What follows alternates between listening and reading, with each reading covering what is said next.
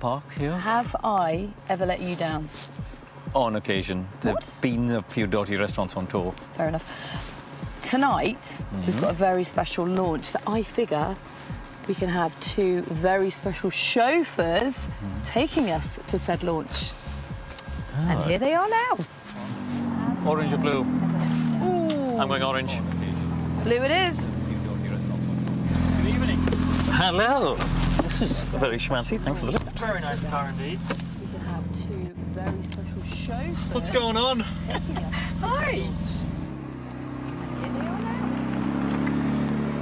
So here we are, back in Woking. Just going to drop you off here at the school bus.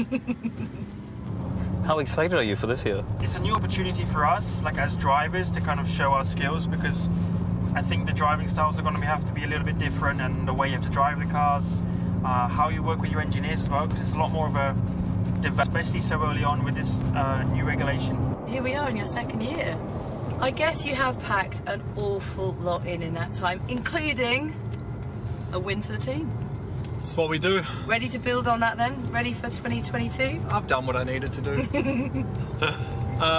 Yeah, I am. I'm looking forward to it. It's I think February, so like there's so much talking about it, and it's like, but I just want to get there and like action.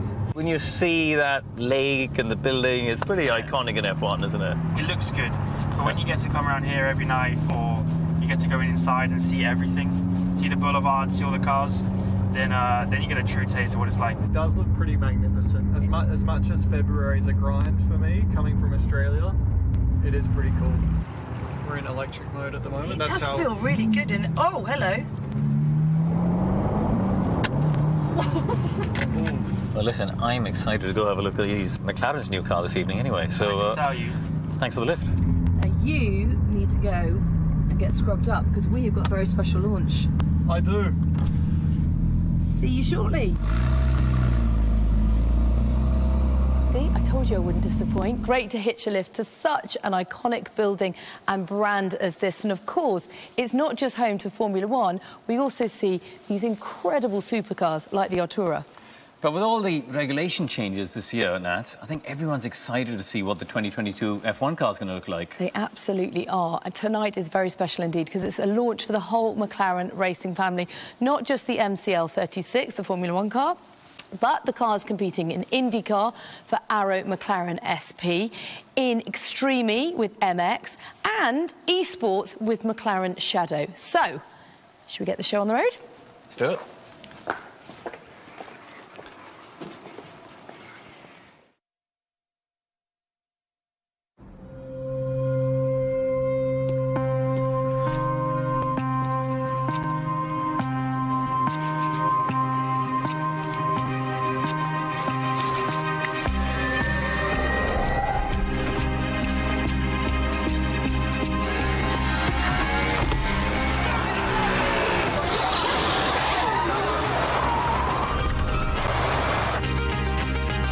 Checkered flag, Daniel. Well done, boy. And the McLaren spun round with the Ferrari as well. Oh, Hanno Award is an IndyCar winner. Lando Norris has had a big off.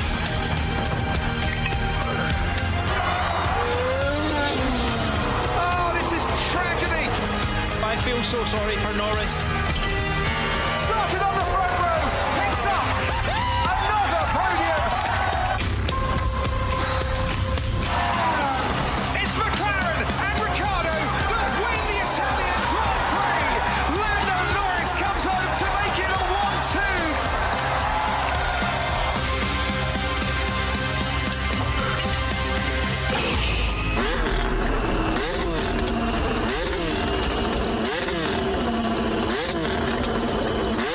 1-2.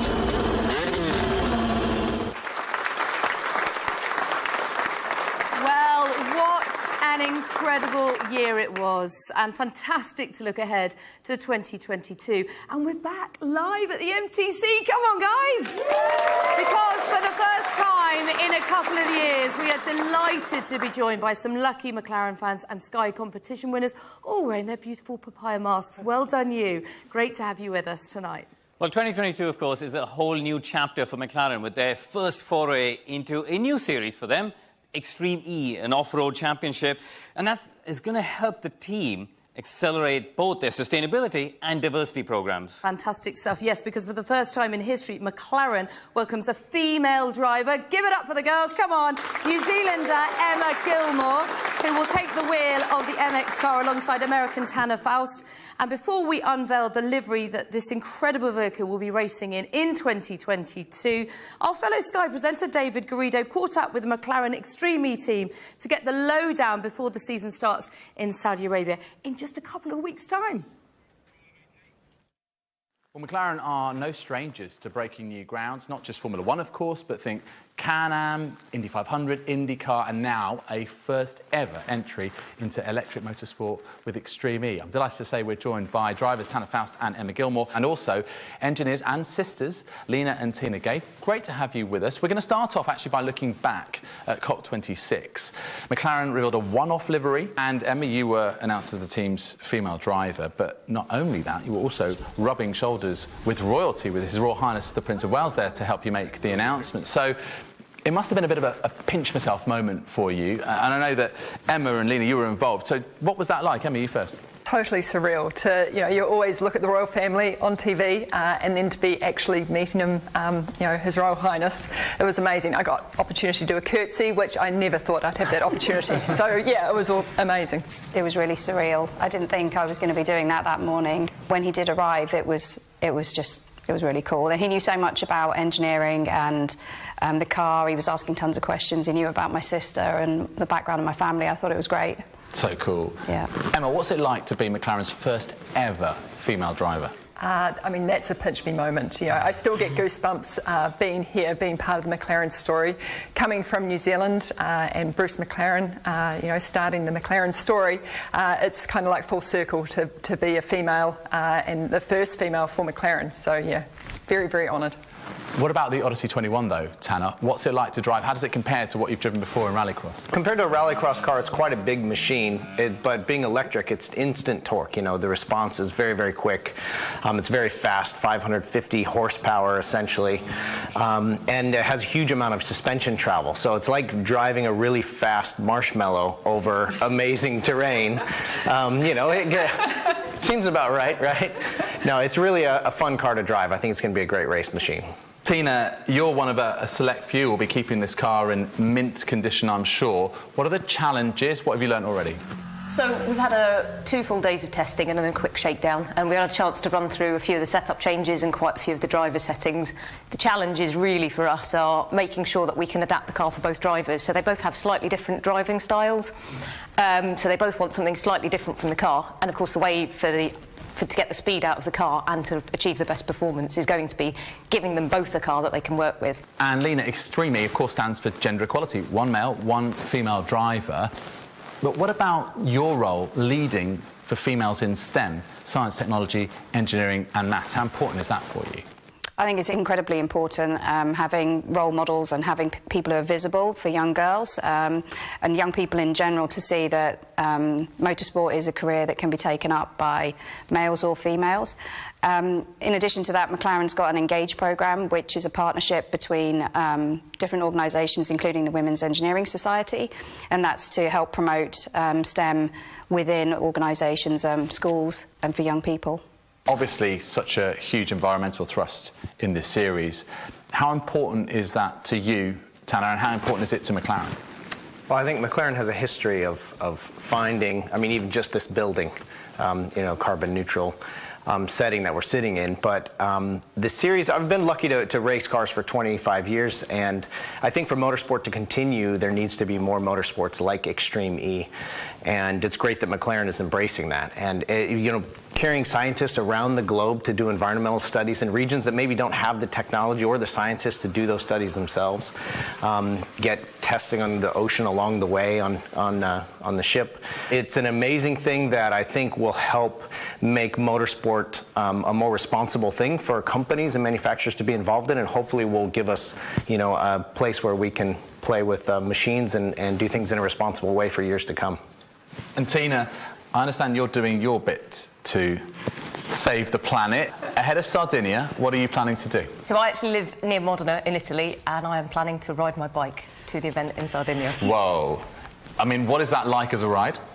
So there's a 10-hour boat in the middle, so that's quite nice. Handy, so okay. There's potentially an overnight stop there, but it's a nice ride. So you have to go over the spine of the mountains of Italy first, down to the port.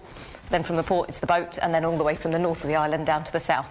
In total, it's going to be about 3 days of cycling and about 120 kilometres a day. So not crazy, but quite a lot, quite hilly. Emma, you've driven Sardinia before. You actually have a unique position here in that you are more experienced than Tana at Extreme E. So how is that working as a driver pairing? What are you sharing? Yeah, I think I can, you know, show some insight into what it's been like racing in Extreme E. I think, you know, before I took part in the series, you watch it on TV and you think, yeah, that looks okay. It doesn't look, you know, I can give that a go. And then when you're actually taking part, it's, you know, a lot more difficult than as it looks from sitting on the couch. So it's been really valuable being able to share that knowledge with Tanner and, you know, working together as a team and, you know, through that testing that we did together last year, just, you know, working things out and how we're going to attack the season. It's a really unique opportunity, actually, to get involved in a series with somebody who literally has hands-on experience in that. And I think with the engineering with McLaren, Emma's experience, I mean, we have as good a chance to hit the ground running as any team possibly could. Thank you so much. It's great to speak to you, and good luck for the season ahead, your debut season in Extreme E. I'm sure it's going to be an absolute blast. And in fact, it is almost upon us, because the 2022 campaign starts off with the Desert X Prix in Saudi Arabia on February the 19th and 20th. Well, we can't wait to see the Extreme E car hit the desert in Saudi Arabia in just a couple of weeks' time. And we're delighted to say we have the XE drivers, Emma and Tanner, here with us in the studio. Hi, guys. And stay tuned, because we'll reveal the new livery it'll be racing in a little later on in the show. Indeed, but now it's time to cross across the pond to our American brothers and sisters, or McLaren's brothers and sisters, at Arrow McLaren SP. The team are heading into their third season of the IndyCar Championship, but this time, for the first time, McLaren own a majority stake in the team. Which is a great thing, and the team had a very strong season, of course, in 2021 with 2 wins for Pato Award and some great drives from Felix Rosenqvist. So let's head over then to Indianapolis, where Katie Kyle is with Pato, Felix and team president Taylor Kyle to look ahead at another exciting season with Arrow McLaren SP. 22-year-old Pato Award, the future of IndyCar right here. Pato Award, Mr. Energy, Mr. Fast Hands. Go, baby. Oh boy, Award! Pato Award is an IndyCar winner. Felix Rosenqvist in the Arrow McLaren SP. Rosenqvist goes to the top. Rosenqvist does on Pagenaud. Turn 8, great move. Pato Award leads this race for the first time. This is for the win. Nice job. Pato Hell of a drive. Award is a He won, two-time baby. winner. This kid is going to be around for a long time. Welcome inside Arrow McLaren SP here in Indianapolis, Indiana. I'm Katie Kyle, joined by Pato Award, Felix Rosenqvist, and team president Taylor Kyle. Guys, we're just a few weeks away from the 2022 season. We are. We're excited.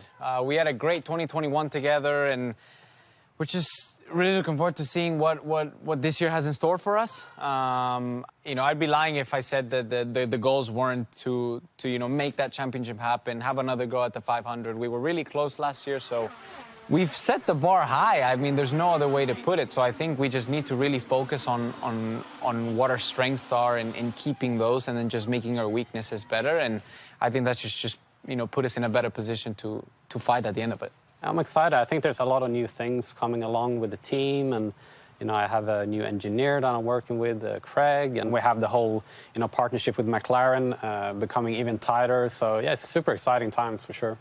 Taylor, now that the McLaren acquisition is complete, What do you feel the team will gain this season?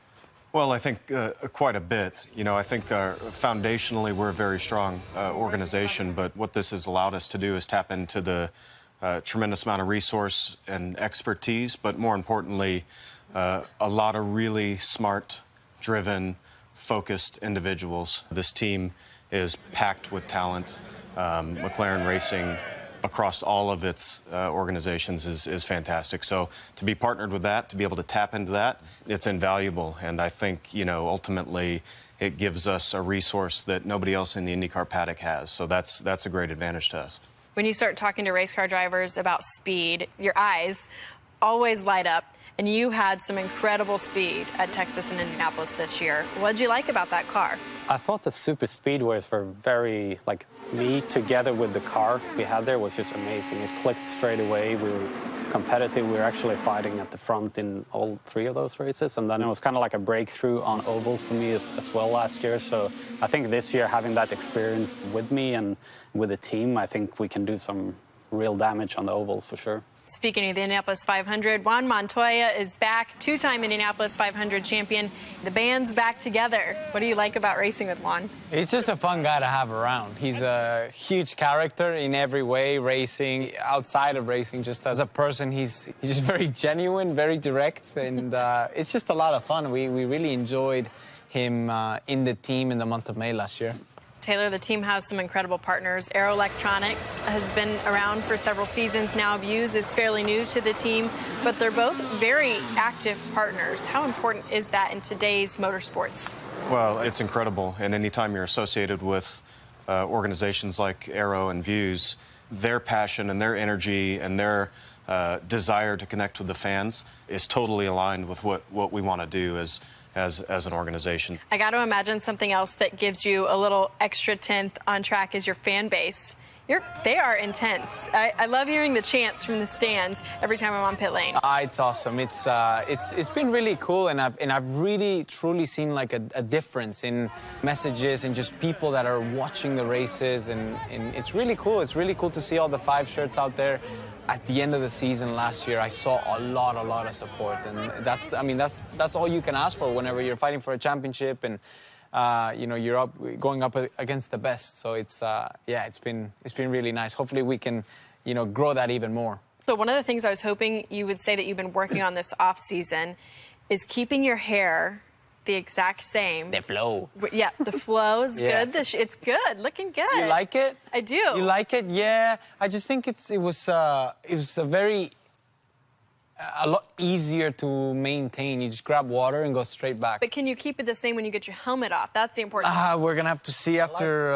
I like the electrocution look. You do? Yeah. I don't cool. like.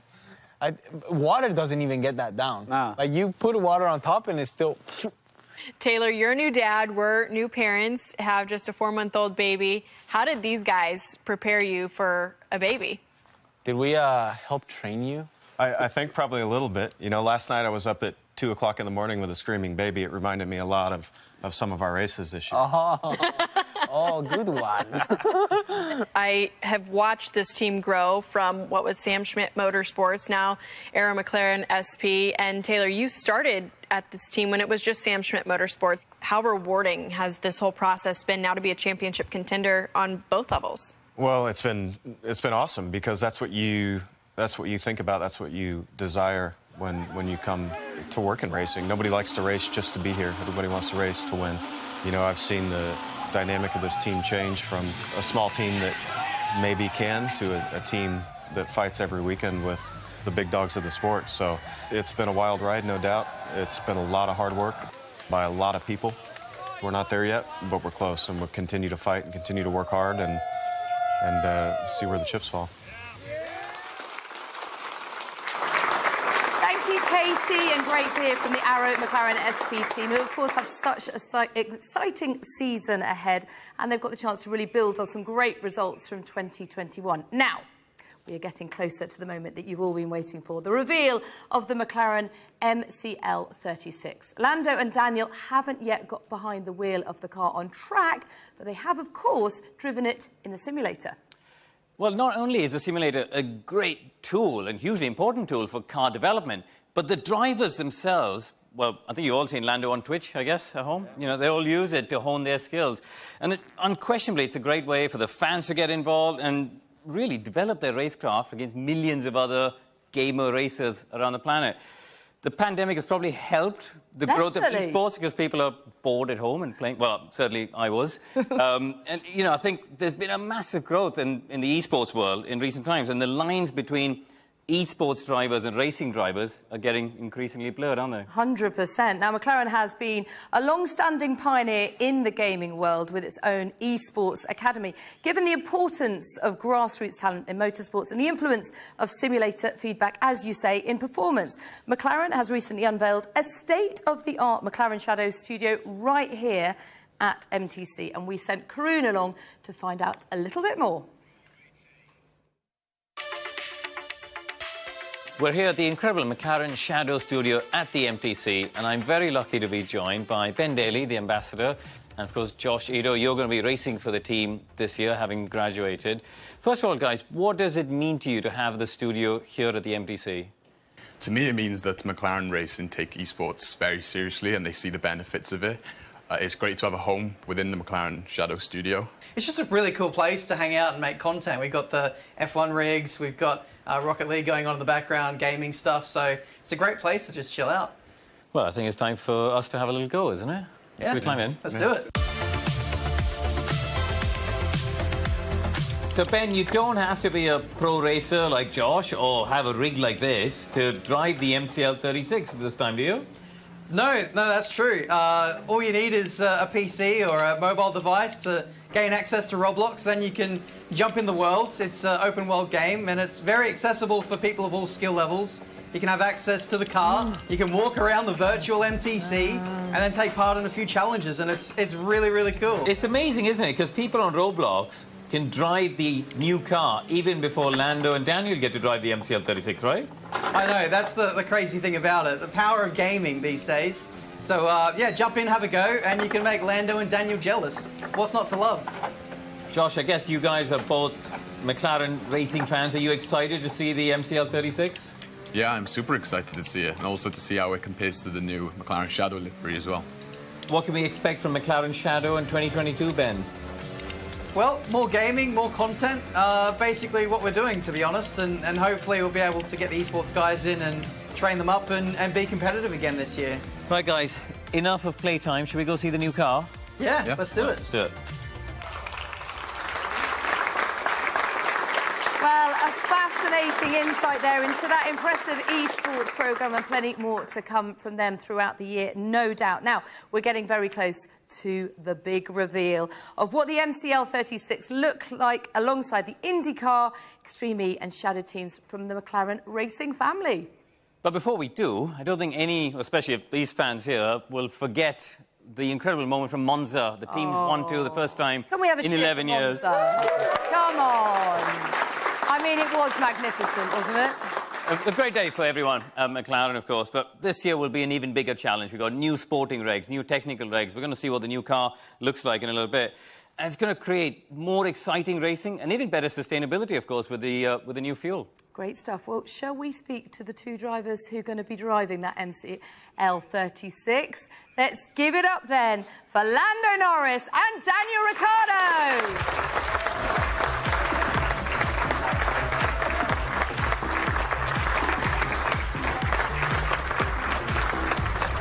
Hello and welcome. So, how was the winter? Lando, great tan. And you, actually. Thanks. You've both been in sunny climes, haven't you? What have you been up to? A bit of everything. Just enjoying some time away from here. As much as it's lovely to be back now. Yeah, away from the racetrack, you know, taking some time away with my friends and so on. Eating a bit of food and then getting back to training and making sure I'm ready for the season. A lot of golf. Obviously, a lot of golf. That's the obvious one. I mean, for you, going back to Oz, a bit like me, first time in 2 years, seeing the family, that must have been great. That's got to help your prep for 2022, isn't it? Yes, it was, yeah, you can relate. Much overdue, much needed. And, yeah, I mean, getting home in general is nice, but obviously to spend it with family and see some friends and just do some, like, normal, simple things for a few weeks felt really good. Food for the soul. And Lando, coming into your 4th season with the team, a new contract, Come on, guys, new contract. That is good news. How good is that for your mindset going into the season? It's, I think, probably the best way to start the season, really. A lot of confidence, nice to see the faith the team have in myself, and then the same back the other way. So, really good, to continue the journey we've been on so far. Of course, we wanted to keep making progress, and we know our goals, especially in like 24, 25, is to really try and reach the top. So, nice to be here till then and continue our journey we've been on together. Great stuff. Well, Daniel, second year of McLaren. What's that going to do in terms of prep? You know the people, you know the way you're going to head into the season a bit better than before? Yeah. That's going to help, isn't it? A bit more than that? You're basically saying, come on, mate, pull your finger out. Come on, you won a race last year, so 2, 3? Yeah, that would be nice. Fine. But it must feel different to this time last year. Absolutely, it does. It's don't get me wrong, it's obviously very exciting joining a new team, but it's also kind of overwhelming. There's a lot to do in such a short period of time. So I'm kind of glad that heavy lifting is done.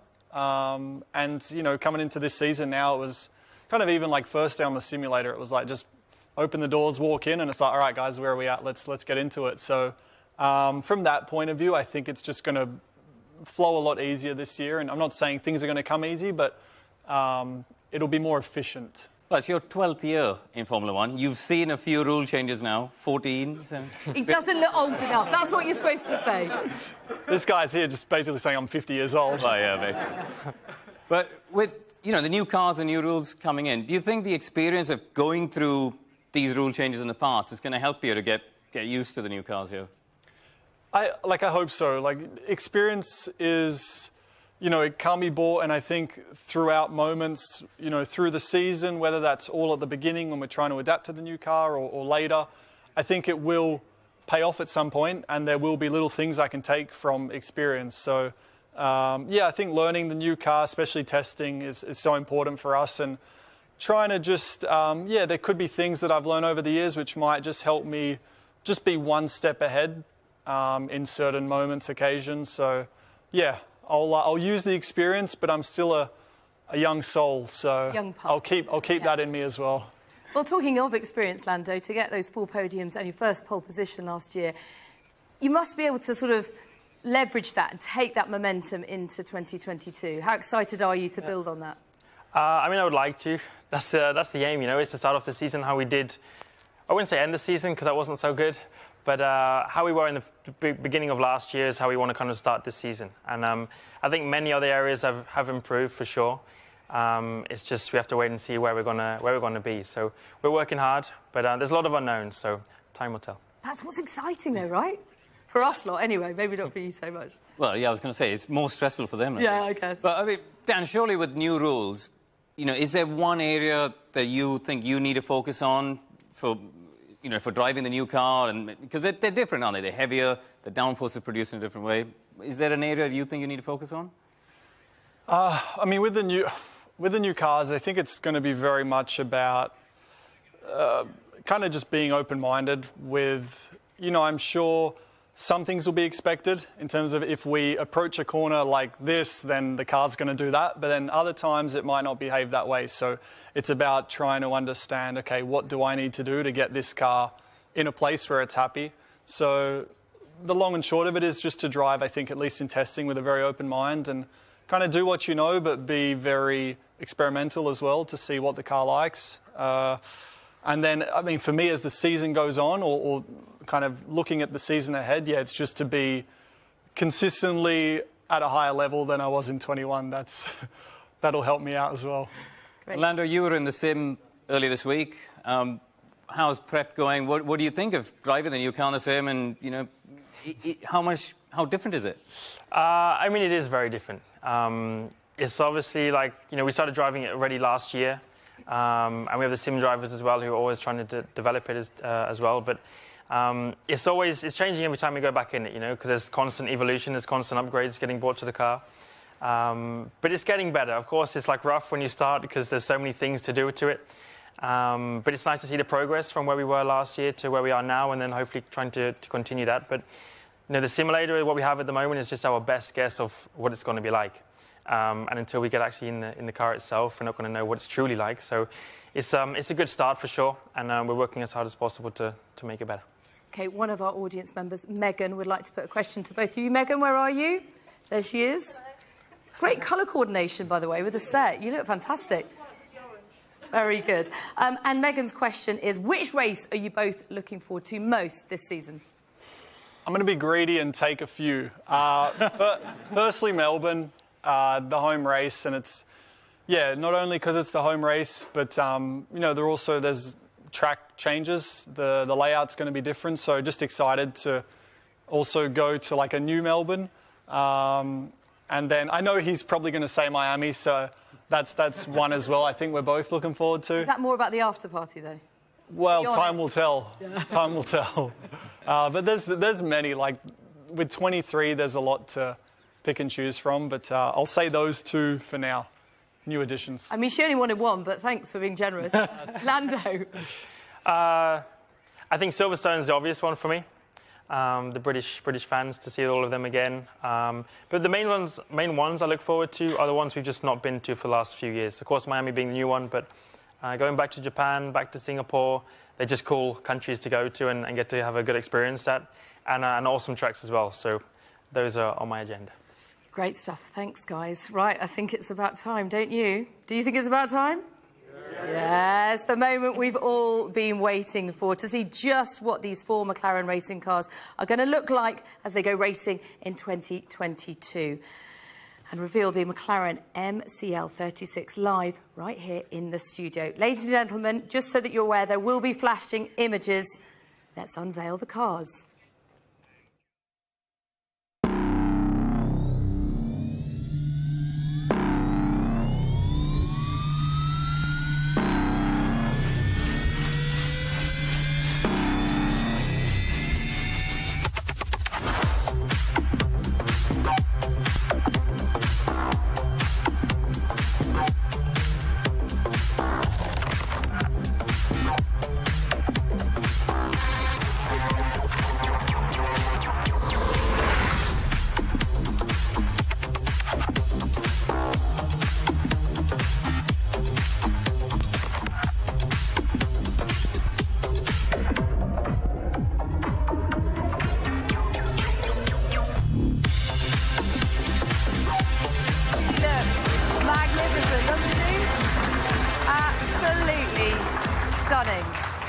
Okay, gentlemen, can I get your first reaction? Wow. Yeah. No, I love it. Lovely colours, pops a lot more, I think, than last season, stands out a lot. Shame it's the number 3 where you'll be seeing now, because number 4 looks much better from this side. But apart from that, it looks great. It does pop, though. I mean, there's no missing that on track, is there?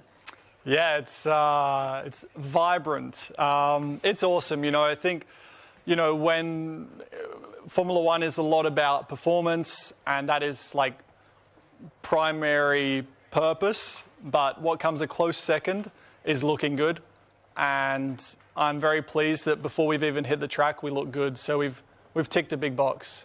But it's incredible to finally see it all built together, isn't it? Because you guys have seen it down in the race bays, the mechanics putting all the bits and pieces together. It's quite special to see it complete here, isn't it?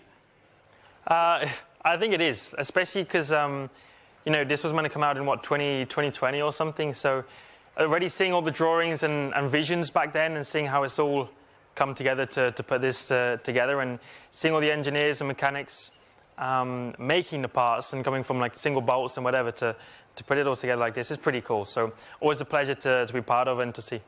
And also great to see the other 3 cars behind us, the Arrow McLaren SP, MX and Shadow cars, all looking stunning. And a little nod to its green credentials there, with the blue being a slightly different colour to your blue. Did you notice that? It is. Like that. Well, I mean, the livery looks fantastic, doesn't it? Across all the cars. That was Floro Papaya, the new colour. There you go. Thank you very much. But yeah, it does look fantastic. OK. Thank you, chaps, for now. I think we should have another round of applause for the car, for the drivers, for everyone. It's absolutely gorgeous. Now, we know that the 2022 does bring with it a whole raft of changes to the regulations, which has led to the design of this incredible car that Lando and Daniel will be racing this season. And now that we've seen it in the flesh, let's go behind the scenes with Technical Director James Key, Operations Director Piers Thin, and Racing Director Andrea Stella to understand what it takes to design and build a car from scratch. So we sent Karun in to find a little bit more about it.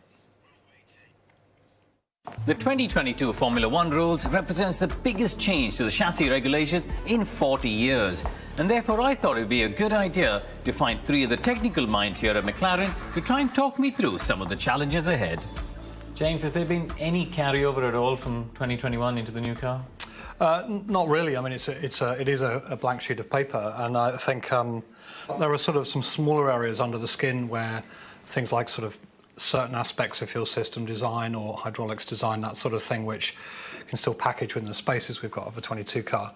But the vast majority of it is new. I think the only thing we've really been able to carry over is our knowledge of how to design a Formula One car, and the methodologies and the sort of the beliefs and what makes a quick car and what doesn't. It's always complex in a winter build, and the culmination of the regulations and the quantity all coming together has made it a pretty tough winter.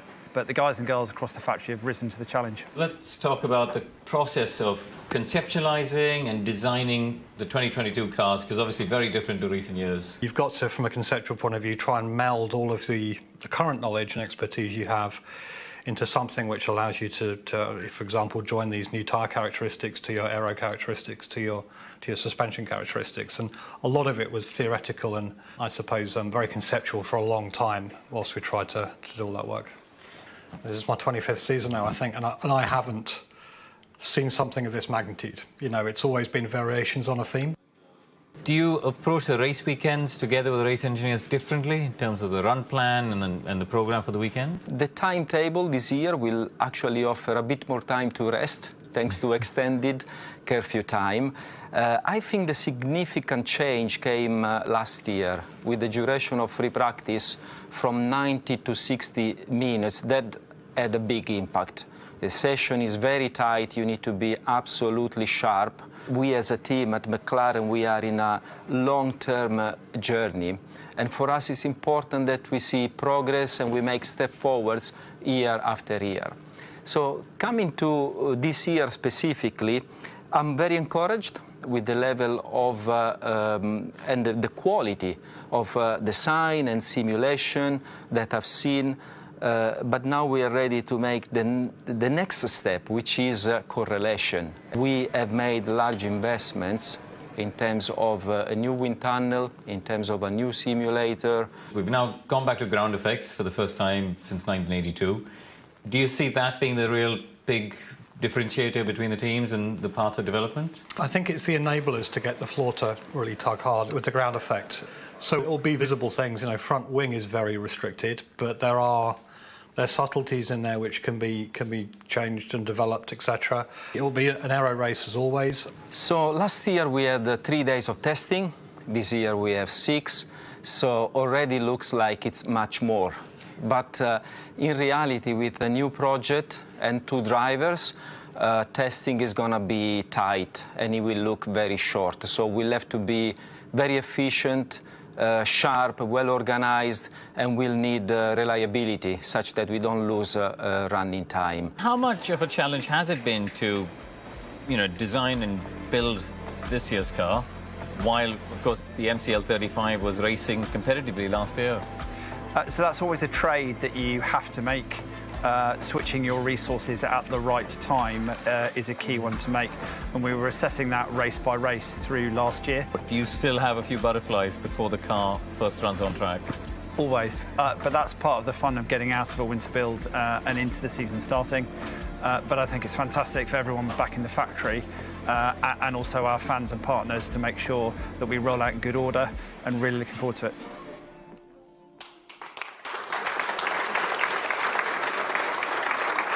Karun, I really enjoyed that. It is absolutely fascinating to see how a Formula One car can just come to life from those initial concept drawings to what we see here in front of us.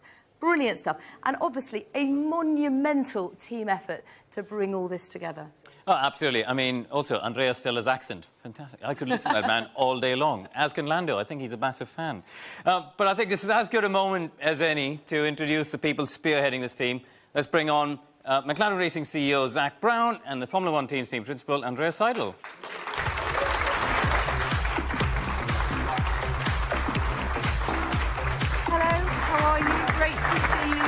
As we've heard, so much work has gone into this. How would you sum up the winter period? Well, it was definitely a very intense winter.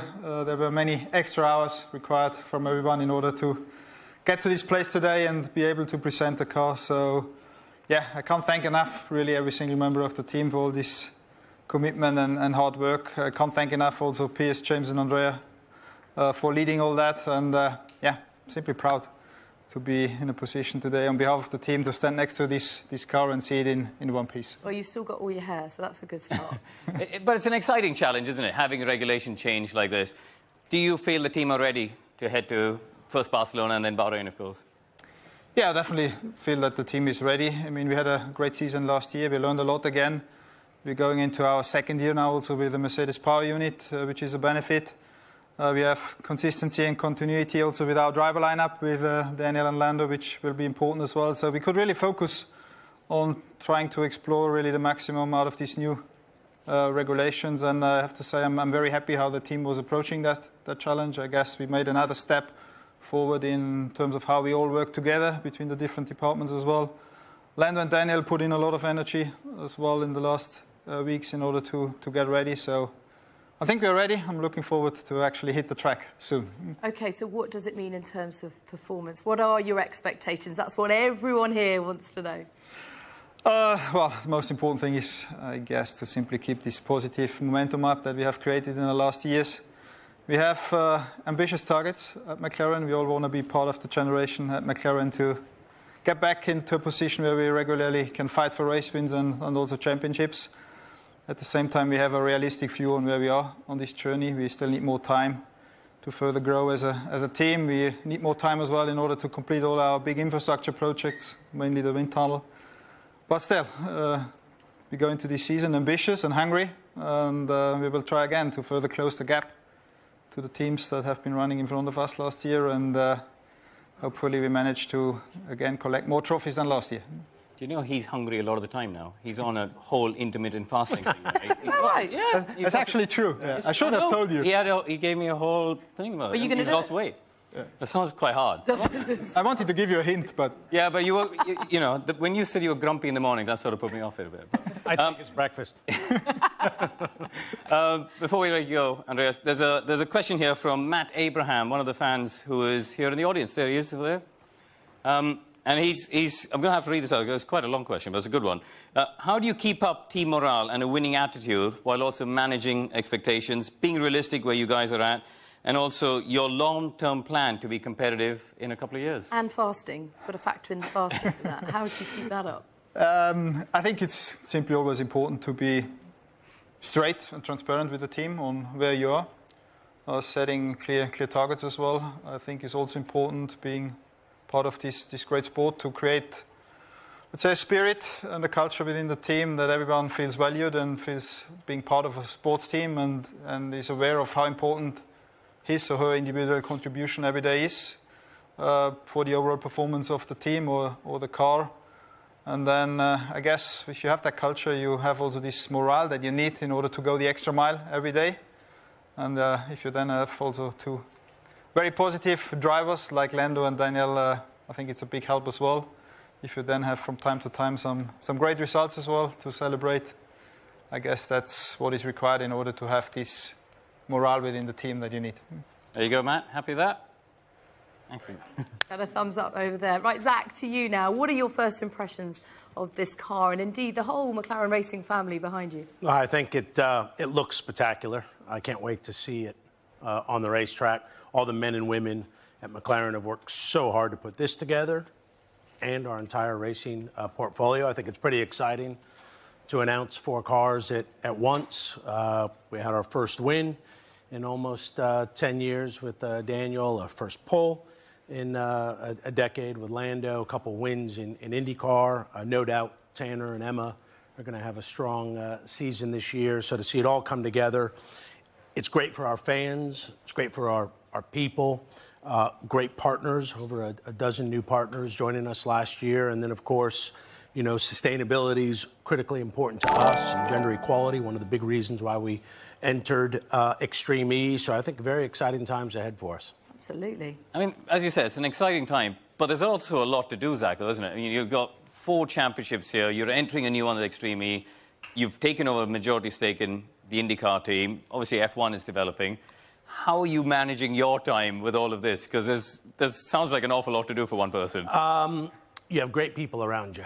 You know, Andreas leading the Formula One team and his team have done a fantastic job. If you look at the journey that we've been on, you have great racing drivers and great leadership teams. So I think the success when you have a big organization like this and multiple racing series, it's all about surrounding yourself with great people. And I find myself very fortunate to be working with the Andreases and the Lauras and the Daniels and the Tims and everyone that makes up the leadership team that runs McLaren Racing. And delegate, that's the key, isn't it? Just keep Do as little as possible, let them do all the work. Then take the glory, right? You mentioned the partners before, and just looking at the car, there's some great names on there. Tell us what the winter was like from a commercial perspective. It's always very busy. You know, people tend to think when we're not racing, that's kind of downtime, when in reality is we've just got different cycles to what we do. And in the winter, it's all about working to kind of get this beautiful livery on all these different racing cars and developing plans with our partners and, you know, closing deals and renewing partners, which we renewed about 10 this year. And so doing a lot of work. WebEx did a huge TV campaign with us. So we stay very busy over the winter, but I think now it's time to go racing. Absolutely. Well, we got another fan question for you from Leo Palmer. Leo, where are you? He's down there. Leo's question is really about how you organizationally, how do you stoke a culture across the 4 different teams to feel a part, like they're a part of a wider family of McLaren, really? Well, as Andreas said, you know, it's all about the people. We're a bunch of racers in McLaren Racing, so it's more like they keep me motivated, and we keep each other motivated. It's a highly tuned sports culture inside McLaren Racing. So everyone loves what we do. Everyone wants to win, and I think now that we're starting to have some success, the momentum's just building. Fantastic. Thank you very much, Zach. Right, should we welcome our drivers back onto the stage, please? Lando and Daniel.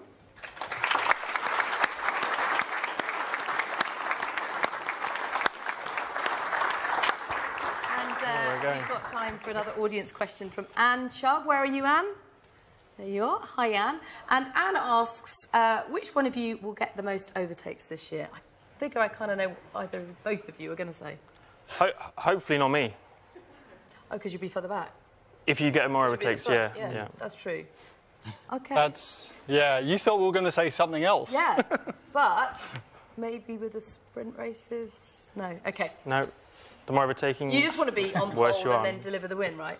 Perfect. Yeah, good. But winning from the back would be cool. Oh, yeah, well, that's true. That's true. You get more glory if you win from the back. So if I could take both, I'll take both. Overtake and wins. You absolutely can. Okay, thank you very much. Thank you, Zach, Andreas, Daniel and Lando. Wonderful to hear from you all as ever, and all the very best for the season. And to look at these stunning liveries is a real treat. So thank you to everyone at McLaren for tonight. It's been great. And thank you all to you guys, the fans, the McLaren fans and everybody watching at home all around the world. It's great to have your company. Guys, come on, let's just have another cheer and let's get into the spirit of this. It's been great, hasn't it?